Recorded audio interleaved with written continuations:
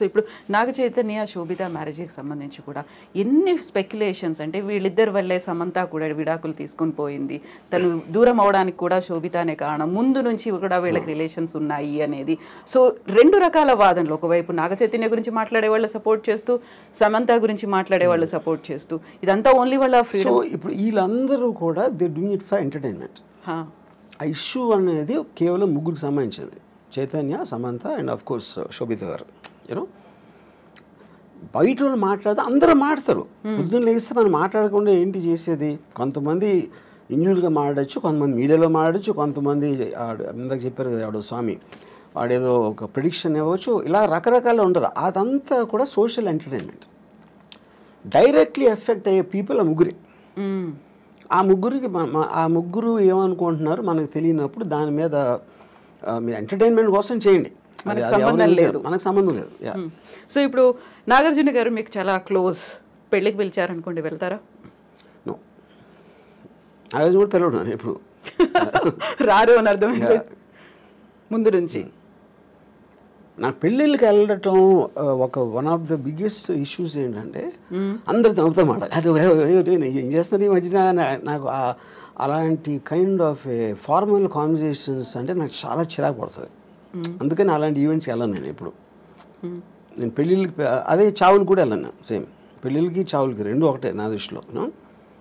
చావుల్లో కూడా అందరూ మాడిమోహం పెట్టుకుని ఎలా పోయారు ఏంటో అసలు ఇప్పుడు అనుకోలేదండి, ఈ డైలాగులు అన్నీ అనాలి. సేమ్ స్టాండర్డ్ డైలాగ్స్ ఉంటాయి.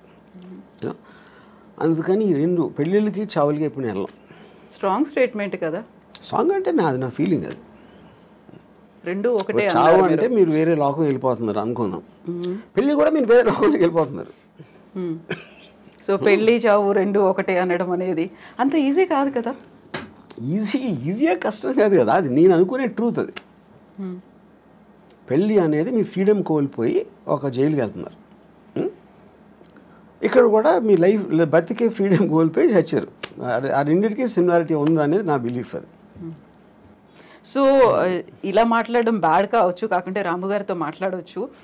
వాట్ ఇఫ్ ఎండ్ స్టేజ్ రాము గారు ఎలా ఉండాలనుకుంటున్నారు, ఏం జరగాలి, ఎలా ఉంటే బాగుంటుందని? ఎండ్ స్టేజ్ ఇప్పుడు నేను నా పనులు చేసుకునే, అంటే నేను ఎవరి మీద డిపెండ్ అవ్వకుండా నేను చేయగలిగే, నేను చేసుకోలేని రోజు వచ్చినప్పుడు డెత్ అనేది వస్తుంది. డెత్ నేను ఏం చేయలేను, బతికుడిని కూడా ఏం చేయను అనే రోజు వస్తే నేను చచ్చిపోతాను. ఎందుకంటే I want to see what happens in the next after the death. Yeah, ఎలా? I have my ways. మీరే చచ్చిపోతాను అంటే yeah, I will see the most least painful death ఏంటనేది అది రీసెర్చ్ చేసి నాకు ఆల్రెడీ ఉన్నాయి నా దగ్గర ఐడియాస్. అంతే. ఎందుకంటే యూ డోంట్ నీడ్ లివింగ్ అనే పర్పస్ లేదు. If you are not able to do what you want to do, అప్పుడు బతకలేదు ఎందుకు అసలు? ఊరికనే చెట్టులాగా హాస్పిటల్ బెడ్ మీద ఉంటాం, అదే కదా point. You know, so if you are not enjoying your life, you have no reason to live. ఇది ఇంకొక ఎక్స్ట్రీమ్ కదా, చాలా ఈజీగా పోవచ్చు, లేకుంటే ఇలాంటి పెయిన్ఫుల్ అనేది లేకుండా. ఎక్స్ట్రీమ్ అనేది ఉండదు, ఎవరి థాట్ అలాగే ఉంటుంది. మీకు ఎక్స్ట్రీమ్ అయింది అనేది నాకు చాలా న్యాచురల్ అనుకోవచ్చు.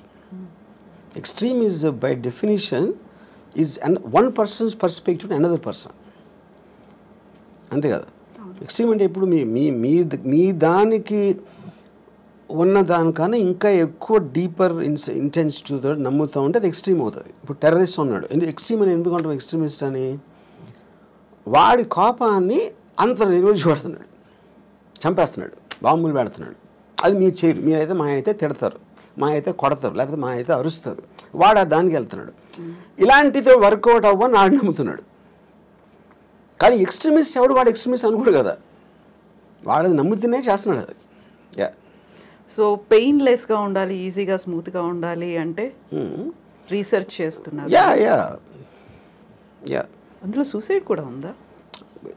సూసైడ్ అని కావాలి కదా, లేకపోతే మీరు ఇన్ఫ్లిక్టింగ్ ఆఫ్ పెయిన్లెస్ అనేది మీరు అనుకునే పర్పస్కి ఎంత సింప్లిస్టిక్గా ఎంత స్మూత్గా జరగాలని చూస్తారు. అది బిజినెస్ అవ్వచ్చు, లేకపోతే any decision you are making, you want to make the effort lesser to get the maximum result. అప్పుడు డెత్ అనేది మీకు రిజల్ట్ కావాలి అనుకున్నప్పుడు డెత్లో ఒక పెయిన్ ఆస్పెక్ట్ అనేది ఎంతో కొంత ఉంటుంది. మేబీ ఆ ఎంతో కొంత దాన్ని రెడ్యూస్ చేయడానికి you will use your knowledge and your thinking. Yeah. So ఎప్పుడు నేను ఆ లాస్ట్ స్టెప్ తీసుకోవాలి అనేది ఏ స్టేజ్లో నేను డెసిషన్? చెప్పాను కదా, when I can do, when I have to depend on somebody else, that is the last stage for me. Yeah. It is not about the age. ఇప్పుడు సపోజ్ నాకు ఇప్పుడు మీ స్టూడియోకి ఇంటర్వ్యూకి వచ్చాను, ఇప్పుడు వెళ్తా ఒక యాక్సిడెంట్ అయిపోయి నా కాళ్ళు పోయినాయి అనుకోండి for example. So I might do it now only. లేదా నాకు 80 years 90 years వచ్చినా కూడా నేను ఇంకా చేయగలుగుతున్నాను అంటే I might not do it. So the point is not about the age, it's about your fallibility. So మనం డొనేషన్స్ వీటన్నిటి గురించి మాట్లాడుకున్నాం. ఇలాంటి సడన్ డెత్ ఏదైనా వచ్చింది అనుకున్నప్పుడు నా హార్ట్ డొనేట్ చేయండి, లేకపోతే నా ఐస్ డొనేట్ చేయండి, నా కిడ్నీస్ డొనేట్ చేయండి, ఇలాంటి జీవన్ దాన్ అనే కాన్సెప్ట్ వచ్చింది కదా. చనిపోయిన తర్వాత కూడా నలుగురిలో బతికుండొచ్చు, ఈ లోకాన్ని చూడొచ్చు అనే కాన్సెప్ట్ రాము గారికి అనిపించింది. నేను ఎందుకు చేయనంటే ఇప్పుడు see there is nothing in life which is uncertain, which is certain. మనది అయిపోయింది కదా, మన బాడీయే కదా. ఇప్పుడు సపోజ్ నెక్స్ట్ బర్త్ ఉందనుకోండి, నెక్స్ట్ బర్త్లో ఇప్పుడు పుట్టుగుడ్డోళ్ళందరూ ఎవరైతే గుడ్డిగా పుడతారో వాళ్ళందరూ లాస్ట్ బర్త్లో డొనేషన్ ఇచ్చారేమో నాకు ఒక అనుమానం. అప్పుడు దేవుడి దగ్గరికి వెళ్ళి ఇచ్చావు కదా, ఇప్పుడు అయితే నెక్స్ట్ బర్త్ నువ్వు నీ కళ్ళు లేని కూడా పడతావు అని చెప్పారు అనుకోండి, అరే అమ్మా అని నేను డిసప్పాయింట్ అవుతాను కదా. అందుకని అలాంటి ఛాన్స్. ఇంకోటి ఏంటి, I'm not an అల్ట్రూయిస్ట్, I don't live for others. నా కోసమే బతుకుతా, అన్నీ నేనే తీసుకెళ్ళిపోతాను. కాకుంటే ఇప్పుడు కళ్ళని దానం చేయమన్నప్పుడు వచ్చినటువంటి ఒక యాడ్ అనేది ఉంది.